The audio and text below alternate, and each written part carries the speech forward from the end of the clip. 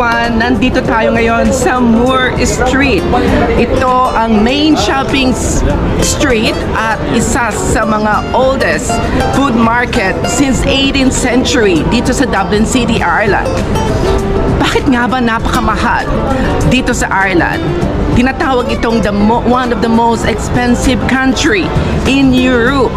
Yung iba na makikita natin sa groceries dito, sa mga shopping mall, ay makikita lang natin sa bakuran sa Pilipinas. Kaya alamin natin kung magkano ang mga presyo ng mga basic commodities dito sa Ireland. Welcome!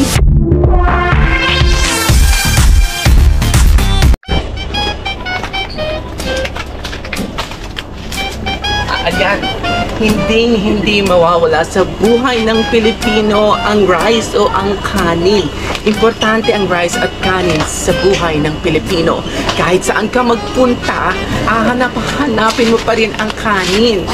Etong jasmine rice o long grain rice na kilala sa Pilipinas is 196 pesos dito. Samantalang sa Pilipinas, ang long grain rice is 85 pesos per kilo. Doble ang presyo, diba? Kaya rice pa more. Pero kahit mahal dito ang jasmine rice at long grain rice pa more pa kami dito dahil bahagi na ng buhay natin ang bigas. Rice pa more.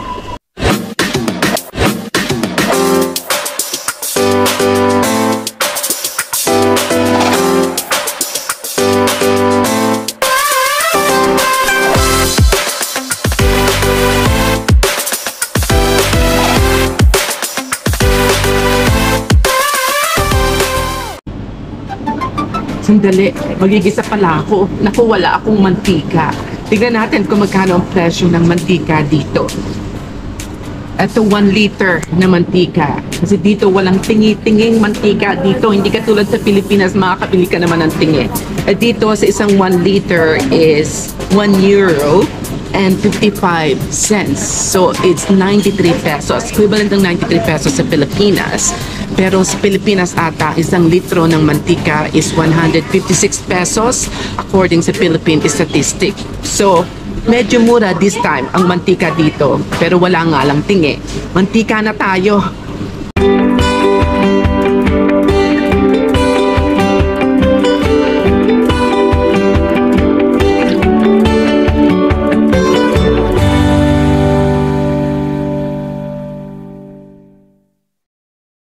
Okay guys, pag-usapan naman natin ang presyong sibuyas. Pang sibuyas tayo dito. Mag-isa naman tayo. Sa Pilipinas noong 2024. Ngayong 2024, ang presyo ng sibuyas diyan ay 75 to 200 pesos plus per kilos. Dito is 113 pesos, which is €1 and 89 cents. So imagine, meron kang 4 to 5 pieces of sibuyas, 413 pesos. Di ka, ang laki ng diferensya, di ba? Pinag-usapan natin piraso dito. Sa Pilipinas, kilos siya. So, pinag-usapan din natin dito ang presyo, ang city price. Pero siguro sa Pilipinas, pag-usapan natin ang presyo ng sibuyas, mas mura ang presyo sa probinsya kaysa sa city prices. Kaya, ano sa tingin nyo? Sibuyas pa kayo? Sibuyas na 4 na piraso? O sibuyas na per kilos? Sige na, mag-isa na tayo.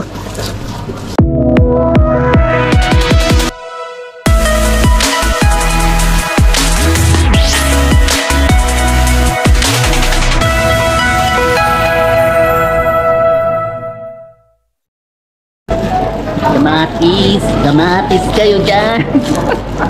Okay, ito isa pa. Ang isa sa mga importanteng sangkap sa pagluluto natin sa kusina, ang kamatis. Ang kamatis sa Pilipinas is 67 pesos per kilos as of this year, 2024. Dito is €1 29 cents. So it's 77 pesos sa 6 na piraso.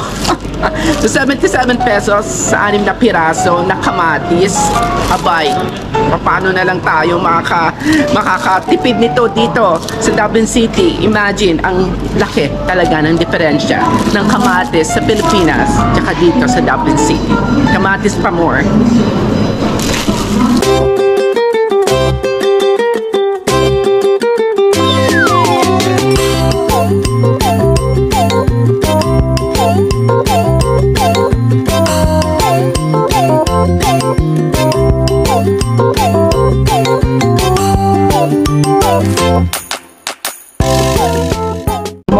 May kamote kayo dyan. Sino gusto mga mote? Ayan. Guys, alam nyo ba ang presyo ng kamote dito? Isa is 49 cents. So, equivalent ng 30 pesos sa Pilipinas. Isa lang yan. Sa Pilipinas, according to Philippine statistic, noong 2023 is 40 pesos per kilos ang kamote sa Pilipinas. Di ba? Ang laki ng diferensya. Dito, 30 pesos, isang kamote lang.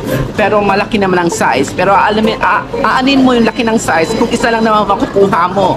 Kaya, ang sa tingin nyo, ang laki ng diferensya, di ba? Ay nako, nakakakamote talaga ang presyo.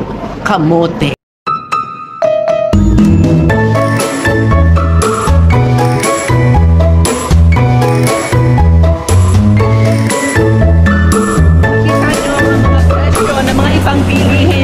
Sa Ireland, iba talaga naman may kamahalan. Mahal dahil sa ang ibang mga produkto dito ay hindi pinuproduce dito sa Ireland at kaya inaangkat pa mula sa ibang bansa. Pangalawa ay napakataas na value-added tax. At ang pangatlo ay walang kompetisyon ang mga goods producer dito. Kaya naman ang mga ibang bilihin dito ay sadyang may kamahalan. Kaya maraming salamat po muli sa pagsama nyo sa YouTube channel ng Etc. Juliana Soria. Maraming salamat guys. See you next time. Bye!